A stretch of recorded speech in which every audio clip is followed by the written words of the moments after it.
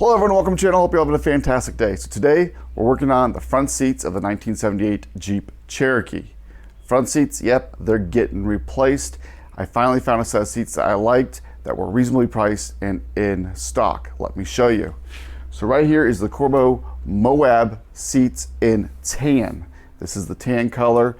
It's very close to the Spice. The Spice is a little bit more red in it. So this is the tan seats that are a direct bolt-in to your 1978 Jeep. They also bolt into other Jeeps such as the CJ7 and a couple others, I believe. They do have multiple mounting holes on the bottom. What we're pulling out is the original stock seats. Now this isn't the stock fabric that came on these seats. This is the Levi Edition Cherokee. They've been recovered once in their life and they're going to get recovered again, well at least the back seat and center console. But we're gonna pull these low-rise seats out for the mid-rise seats, put it in. While I'm in there, I'm also going to replace the door cards. So this is the factory door card. You can see the Levi's edition right here. And this is what came out of the passenger side.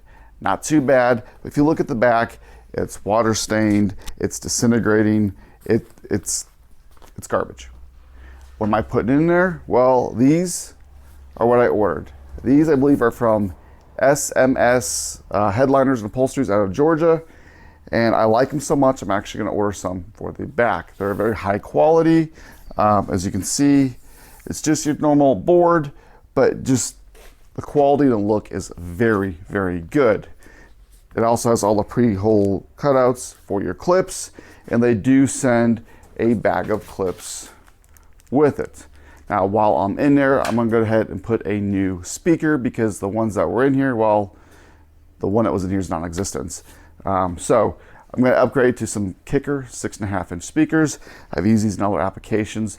They're a cheap speaker. I think it's like 65, 70 bucks for a set of two, 300 watts.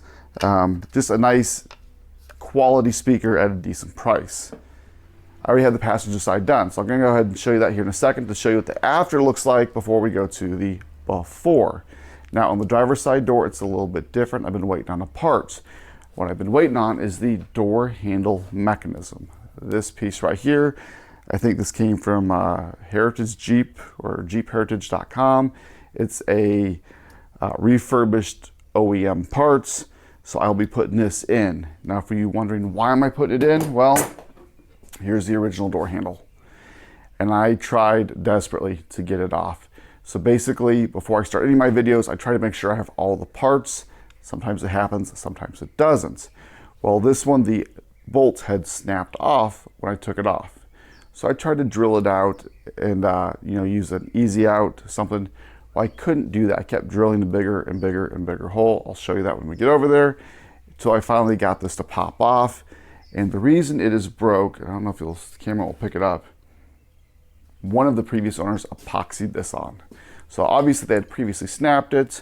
I don't know exactly if they stripped the splines on it.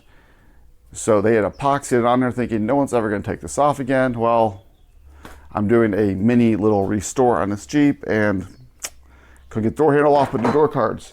So I did go off to BJ's Off-Road. They have some door handles. I think they're 10 bucks a piece, and then I got a nice new shiny bolt that goes in there for the Allen head. So let me go ahead, let's show you the passenger side, what we're gonna end up with. We'll jump on the driver's side and start working that out. Okay, starting up here on the passenger side, let me show you how it's gonna end up, I hope on the driver's side, but I am very, very pleased with the passenger side. So starting here on your door panel, it looks very, very good. All original almost. In my eyes. I know it doesn't have the Levi's panel there, but I'm okay with it. I have a new door handle here with a new stainless steel bolt there. Now I have not been able to find a good condition new old stock or just a old one that looks new. I think I'll get this cleaned up a little bit better with a stiff brush, but I'll work on that in a while. And then we have our speaker and everything just lines up perfect. And it does have just a little bit of padding. Now moving on to the seats. Wow, I mean, that's just a night and day difference.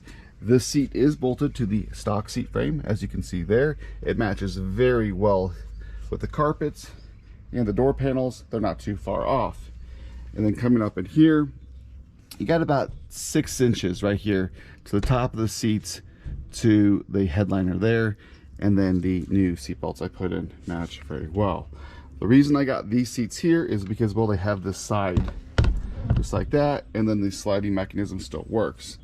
The other reason I bought these seats as well, I can buy the material to recover the center armrest and the back seat, just take it to my local upholstery shop.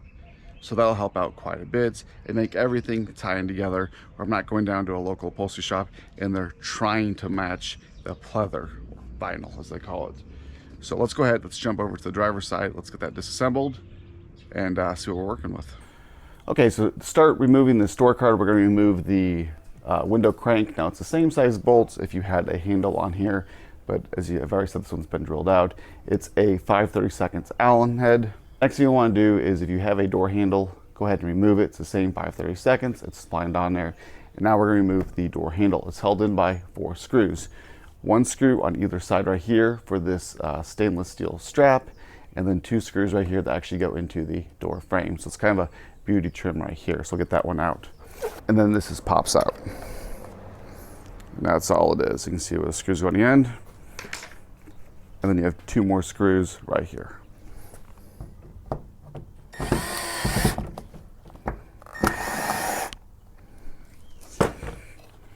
Just like that, I go ahead and let the screws in, and I'll be very careful. As you can see, this handle has just disintegrated all the way around. It's just old. Again, if you know where to get one, leave a comment below. Next thing I'm gonna do is remove the 4 screws across the bottom. So for those wondering on these screws, it's a screw with like a washer built in, and it is a self-tapper. They make these in chrome, so I'll pick some up. Not today, but we'll get them here in the future. Now lastly, to get this door panel off, you don't have to have this tool. It just makes life easier. You got some clips along the side, on both sides, and that's it. And it slides up underneath this piece of chrome.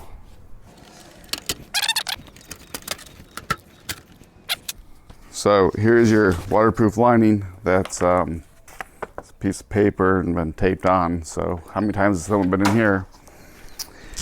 Here's the clips you'll end up reusing if you don't use the new clips that they sent. These are nice metal clips, so I'll pop these off, pop on the new panel. So lastly, there's a couple of these black washers. And all these do is they go on the door mechanism and the window mechanism, and they keep everything from rubbing. So you put this on, put your door card. There should be 2 clear ones that this door card is currently missing, and then you put your handles on. So I'll have to figure something out for that. But now let's go ahead and get the door mechanism replaced, and that's going to be this right here. So to remove your door mechanism, it's going to be these 3 screws right here, and then if you look, it basically sits just like this. So it latches right here in the door, so when you push the button in there, so you get the picture. Now be careful when doing this because these edges are quite sharp. Here's a little bit of a different angle from the camera, so I'm going to take it in just like this, slide it in from the bottom. First thing I'm going to do is get everything lined up. So in order to get it on, what I did is I lined this piece up just over there, pushed forward and pulled down, so now it is stuck on there, as you can see.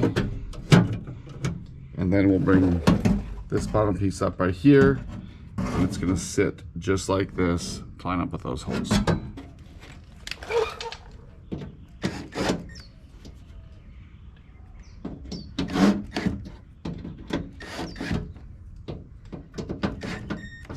Now in order to test it, grab your handle. You don't have to screw it on. Line the splines up. There you go. Let's see. See, it's moving right there. Next thing to do is put your door panel on. Pretty simple. Make sure you got your black covers on. You're going to go ahead, take this, slide it up in, line up all your push pins, and then push them in. So I'll get that done. Oh, and don't forget to hook up your speaker. So I went ahead and got all the screws in. Next thing I'm going to do is reinstall the window crank and door handle. Normally you put the plastic piece on here. I don't currently have that. Until I make something up, I'm just gonna put these on here for now.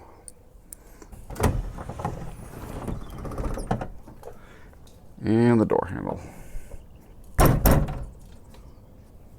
Don't want to mess up those new splines. Door panel's on. Let me show you. I forgot to show screwing this in. Issue I ran into is this screw is a little bit long. I'll have to go get a shorter one from the hardware store. I think it has something to do with the new mechanism I bought, the new used. It's not for the fun stuff. Speaker works, everything's good. It sounds a little tingy. I mean, I'm not gonna lie, but that's just because these doors weren't built for, you know, bass, whatnot. I have a plan for that in the future, but right now I'm just happy to have music. So let's get the seat out. Seat is fairly simple. It is 3 nuts and a bolt. Let me show you. As you come underneath your seat, you got 1, 2, you got 1 back there, and then the 4th one's kind of a pain. It's in this back corner between the transmission hump and the seat bracket. Now you'll need a long 9/16 or a deep wall 9/16 and then a short 9/16 to kind of finagle them all. But you can get 3 up front, slide the seat forward, and you can get that 4th one. I'm gonna go ahead and get that out. And then this is just a direct bolt-on to the new Corbo seats. So let's get this one out because it's ugly. Over here to the table, we disassemble it.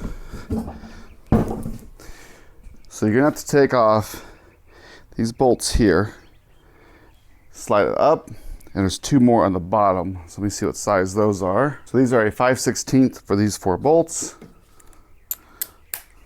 Get these out.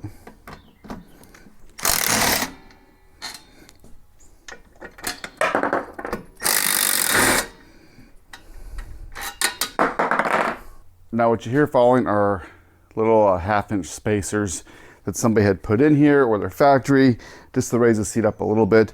I'm not going to reuse these as the new Corbo seats do sit up a little bit higher. So here's your 2 bases, not too big of a deal. Now, if you're having any issues like this side right here sticking a little bit, now is the time to clean it up. I'll get a wire brush, clean it up, a little silicone spray, back and forth, get them cleaned up out here instead of in the vehicle. So let me get that done and I'll be right back. So next step, once you get your sliders cleaned up, is to get them mounted to the seat. So to clean mine up, I just use some compressed air with the air compressor and some dry silicone spray, and that's it. Nothing fancy. I didn't take them apart because they're going to bind a little bit when they're in there, but they still will slide. They slide much easier now. So look at that. Next thing I do is I figure out which holes these are going to go into. So if you notice at the bottom of these seats, there's 3 holes and 3 holes down here, 2 extra holes here, plus the one that the bolts are in. All those have a nut welded to the back. So you need to remove those, and then you need to make sure you put these on the correct side. So how do you know which side they go on? Well, if you weren't paying attention, you can go ahead and look at the base. So this one here has one on the inside, one on the outside. This goes on the transmission hump right here, and my seat on this side right here is the mechanism, as you can see right here, and that goes on the outside or the door. So this one is going to go right here. So these are going to be a 6 millimeter. Just going to pull these new mounting hardware out real quick. So then we're going to go ahead and I'm going to mount these up. Now again, pay attention to where everything goes and see you have your mechanism in the center here. So I'm just going to hand start these. I'll run it in about halfway. I want to leave it nice and loose. And then I'm going to lower it just like this so that I can put it right there. Now we do the other side. Now why did I only put these in halfway? Well, you have to connect the mechanism right here, and I wanted enough room to be able to get in and do that. Same thing on this side, just hand start them. So right now I've got them both lifted all the way up so I can get this bottom bolts in, but that way when I go mount the seat in there, the brackets are equal. Once you get your 4 bolts tightened up, now it's just putting it back in the Jeep. That's pretty much the easy part. Just again, make sure these are the same way. from what I found, and maybe you can find something different, but the brackets only fit in one location, and that's the distance between top and bottom hole.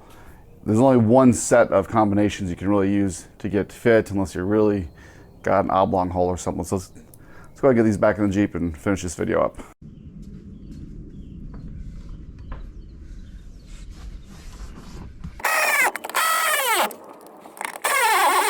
Seats are in, and honestly, I think it turned out pretty good. So I'm gonna go ahead and show you the final product, and then one more surprise that showed up while I was filming this video. So there's the door handles. Yeah, I'll still go get that new screw. Moving on in, carpet looks great. Went ahead, threw in some new floor mats, but the seats turned out really, really well. Nice direct bolts in, and then the door panels. Let me show you the passenger side. Here's the passenger side again, coming back over. So this center console and that back seat just really look bad. And I mean, they really stand out looking bad, but that's okay, because while I was filming this, well, we had a surprise show up. So this right here, you notice, is all the material for the back seat and the center console. So last thing I had to do on the seat project as well, pull the back seat out, which fortunately Jeep was smart and it just pops right out. No need to unbolt anything, just pull it all the way forward. And then the center console is just 4 bolts holding it down. And we will finally be rid of the ugly blue center console, or blue gray, whatever color you want to call it. And I will get a nice vinyl center console in there and the back seat recovered. Now, one thing I will have them do in the center console is the previous owner added this. Now, it's gonna go, it'll look more stock. I know I didn't put back the Levi's stitching, but it'll look good. So I hope you enjoyed the video. I hope you learned something. It is pretty nice that you can buy bolt-in seats without any modifications to them for your old Jeep, not just the Cherokee, but the CJ7, the Wagoneer. I'm sure there's always out there. So don't forget to like, share, subscribe, and until next time.